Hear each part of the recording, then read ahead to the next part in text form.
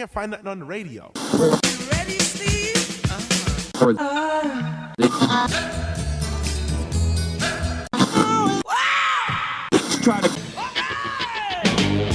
Welcome to Songology. He's Bruce.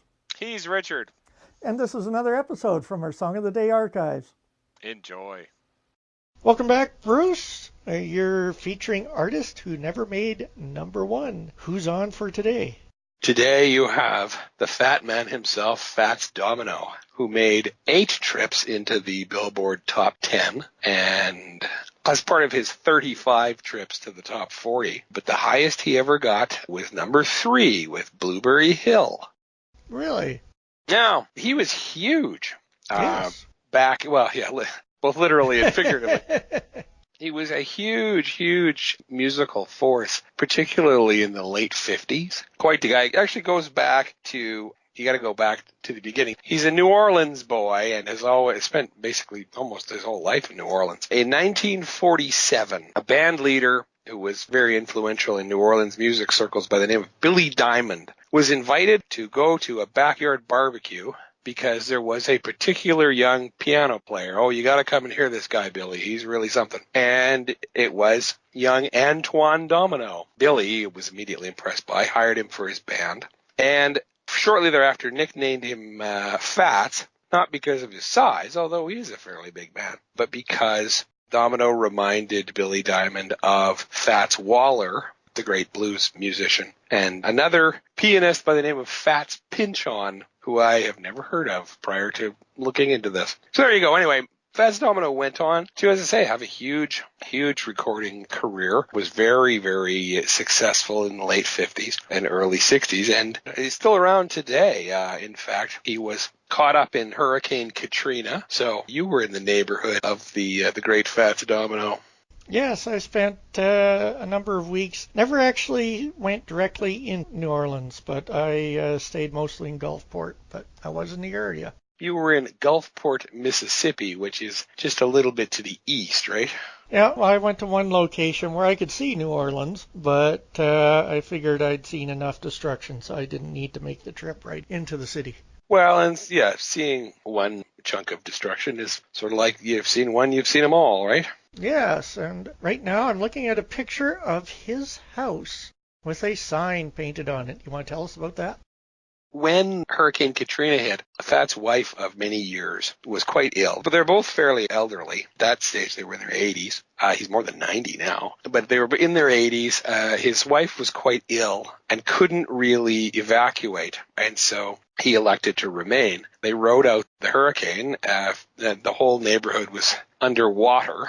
And it was assumed, because no one had seen them leave, it was assumed that they were killed. And so somebody spray painted on the side of the house, R.I.P. Fats. But no, he was very much alive. And very shortly thereafter, he and his wife were plucked out of their home, I believe, by the Coast Guard, were they not? Coast Guard helicopter, yep. There you go. So, yeah, I mean, it was quite a while that no one had heard from him, and then they assumed that he and his wife had been killed in the storm. He doesn't like to tour anymore, hasn't very much for years, but doesn't like to tour to perform nowadays and has turned down invitations, including an invitation to play at the White House. So now presidents come to him. Yes, after the hurricane, George W. Bush went directly to his home, Fat's home, and replaced the National Medal of the Arts that Bill Clinton had presented him. Oh, cool. Which got washed away in the flood, I guess. That and all his gold records were lost, and they were all replaced as well by the various organizations. Oh, cool. So he's still around, still with us today. Now, Blueberry Hill. You remember Happy Days? Yep. You remember this was Richie Cunningham's sort of romance song. Whenever young Ron Howard, as Richie Cunningham was chasing some girl, he would be singing the first few bars of Blueberry Hill. It made the song all the more popular again in the 70s, so it had a bit of a comeback. The song is actually much older. It was originally written, believe it or not, for a Western movie that was made in 1940 called The Singing Hill. And the first guy to record it was none other than cowboy singer Gene Autry. Oh, really?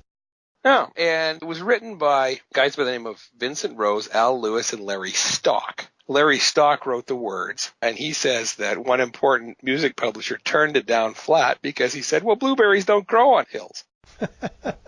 He said, I assured him that I'd picked them on hills as a boy, but no, he wasn't having anything to do with it. So eventually they found somebody else who was a little more open-minded and were able to sell the song. So Fats Domino recorded this in Los Angeles, and he had been recording a session for other things for a record he was putting together. And he ran out of material. Didn't have anything really else prepared, and they didn't have enough for a full record. So he immediately said, okay, I want to do Blueberry Hill. And the producer said, no, I don't like that song. It's terrible. Don't do it. It won't work for you. Domino insisted and proceeded to play it.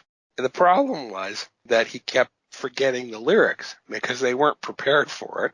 Right. And so apparently he had several run-throughs. And what we get as the final version is something that the engineer sat down and spliced up the tape and put together the song for us.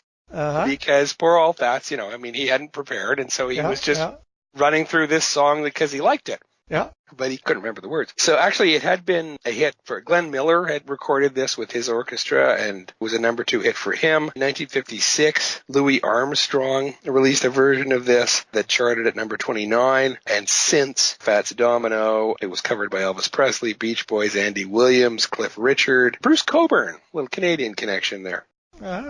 And, as a kind of a bizarre, forgotten about that, I have a little note here that tells me that it was also covered by none other than Russian President Vladimir Putin. Yes, I see that. A picture of him doing that in 2010.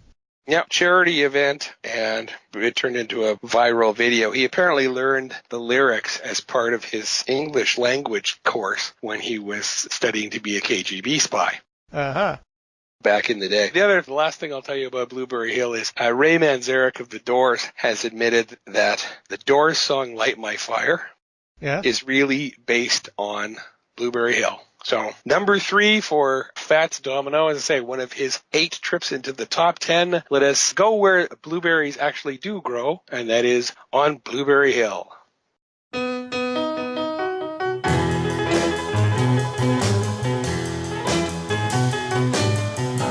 As usual, I have to stop it right there while we work out the fair use rules on YouTube. This is our first week of Be My Number 2. Artists or bands never made it to the number 1 spot on the Hot 100 list. As usual, please subscribe if you haven't already done so. You can visit us on Facebook or our website, Songology.ca. Now here's your chance to listen to the music or go on to the next episode. Or hear a dog bark.